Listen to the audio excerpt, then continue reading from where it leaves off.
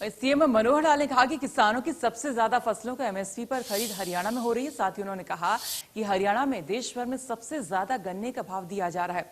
CM Manohar Lal ने विरोधियों पर तीखा वार करते हुए कहा कि विपक्ष आज तक कृषि कानूनों में कुछ नहीं बता पाया, बावजूद इसके सिर्फ विरोध के लिए विरोध किया जा रहा है, जो कि ना तो किसानों के हित में है और ना ही देश के हित में है। नहीं तो 3-4 फसलों की एमएसपी घोषित होती थी, बाकी तो होती नहीं थी।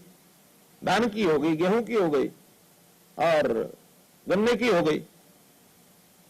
ज्यादा बाद में सरसों कपास ये जुड़ गई थी, और कोई की थी न। कभी ज्वार की न बाजरे की, न मक्के की, न दालों की। कभी एमएसपी घोषित नहीं की। एमएसपी पर कानून बनाओ। हमारा कहना है कि सन 66 में 65 में एक एमएसपी आया था, तो 65 से लेकर के 2014 तक आप कितनी बार सरकार में आए हो? कानून बनाना था तब क्यों नहीं बनाया? 66 से 2014 बीच में, ठीक है, हमारी भी थोड़े दिन सरकार अटल जी के समय 5-6 साल रही, वरना तो लगातार यही रहे हैं। कानून बना लेते उस समय। ये एक इंडिकेटिव प्राइस होती है कि इस प्राइस पर सरकार खरीदे तो सरकार इस प्राइस पर खरीदे, बाजार वाले खरीदे तो बाजार वाले खरीदे। लेकिन ये भी बाजार में उसकी डिमांड कितनी है, उसकी प्रोडक्शन कितनी है, डिमांड एंड सप्लाई के ऊपर कीमत निर्भर होती है। ये इंडिकेटिव है। हमने फिर भी हरियाणा में, जो हालांकि बाकी प्रदेशों के गले नहीं उतर रहा, हरियाणा ने क्यों कर दिया ये? हमने 11-12 फसलें ऐसी हैं जो एमएसपी पर घोषित कर दी हैं कि हम खरीदेंगे। और एक पिछली बार का प्रयोग हमारा बाजरा का, उसमें हमको धोखा हुआ। धोखा क्या हुआ कि बाजरा तो हमने खोल दिया, अभी 2150 खरीदेंगे।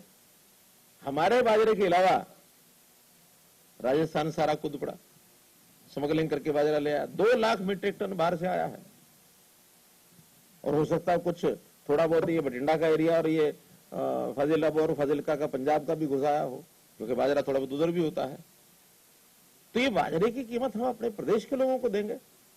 तुमने कहा कि ठीक है, जो कीमत अभी जैसे कृषि मंत्री ने बताया, उस दिन जो कीमत थी 2250 में से 1650 घटा के 600 रुपया हमने घोषित कर दिया कि एक क्विंटल के हिसाब से 600 रुपया नकद दे देंगे।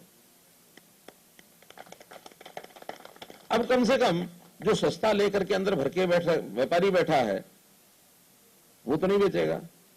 राजस्थान वाला आएगा, वो नहीं बेचेगा। हमारे पास पता है कि किस किसान के कितने एकड़, मेरी फसल मेरा बेरा का लाभ हो गया हमको। किस किसान ने इतना एकड़ बाजरा बो रखा है, उसको उतना पैसा उठा करके हम 7 अक्टूबर के आसपास उसके खाते भेज देंगे, जा भाई बेच किसी भाव। फिर हमने ये भावांतर भरपाई शुरू की। भावांतर भरपाई में शुरू तो किया था ये किसके लिए? सब्जी और फलों के लिए।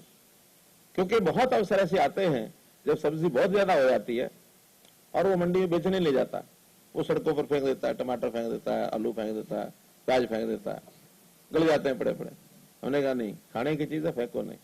जिस भाव बिकता बेचो, जी फार्म ले आओ, उस एरिया के रेट के हिसाब से आपकी अगर कीमत पूरी नहीं हुई तो वो पैसा भावांतर भरपाई का हम देंगे। इससे बड़ी और कोई बात हो सकती है? कि नफा थारा घाटा सरकार का। किसान नेता है तो इनकी जानकारी हमें मिलनी चाहिए, और उसका विरोध क्या जो कर रहे हैं उनकी जानकारी भी होनी चाहिए। एक बहस का ये मुद्दा ये किसान वर्ग में बनना चाहिए, क्योंकि हमारा मानना यह है कि जो विरोध कर रहे हैं उनको इन कानूनों से इसका क्या लाभ होगा, क्या हानि होगी, इसका कोई सरोकार नहीं है। केवल राजनीतिक तौर पर सरकार के विरोध में, क्योंकि उनको ये पता है चाहे केंद्र सरकार में नरेंद्र मोदी जी मुख्य प्रधानमंत्री हो और चाहे हरियाणा में हम मुख्यमंत्री, अपनी बीजेपी की सरकार चल रही है, अब साझा सरकार चल रही है, हम जैसे जैसे काम आगे कर रहे हैं, कुछ पॉलिटिकल पार्टियों के पैर लड़खड़ाए हुए हैं कि अगर हम कोई मुद्दा ढूंढ करके और उसमें जनता में भड़काएंगे नहीं जनता को, तो लोग हमारे साथ कैसे लगेंगे। तो उन्होंने एक ये मुद्दा छांट लिया और इस चीज का विरोध करना है। उसमें चाहे कांग्रेस के लोग हों, चाहे वामपंथी हो। शुरुआत तो की गई है वामपंथियों द्वारा।